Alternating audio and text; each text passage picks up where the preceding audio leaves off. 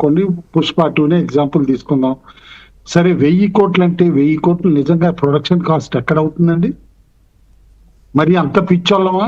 అదే కదా. Production cost అంటే ఎస్టిమేట్ వీళ్ళు చేయలేని వాళ్ళు? ప్రొడ్యూసర్ల వైపు నుంచి వస్తున్న టాక్ ఏంటంటే కొంతమంది మాట్లాడుతున్నది ఆ బడ్జెట్లో దాదాపు 30-40% హీరో డైరెక్టర్ రెమ్యునరేషన్స్ పోతున్నాయని. మరి అలాంటప్పుడు వాళ్ళు లెక్కలు చూపిస్తున్నారు అనేది ఇంకో క్వశ్చన్ రైజ్ అవుతుంది. అది కాదండి. ఇప్పుడు నేను చెప్పా కదా వెంకటేష్ గారు, హీరో డైరెక్టర్ అనుకోండి. ఒక్క డైరెక్టర్ కూడా టాప్ 25 ట్యాక్స్ పేయర్స్ లో లేడు. లేరు, తెలుగు వాళ్ళు లేరు. ఇంక్లూడింగ్ మన ఎస్ఎస్ రాజమౌళి గారు. అవును, ఎవ్వరూ లేరు.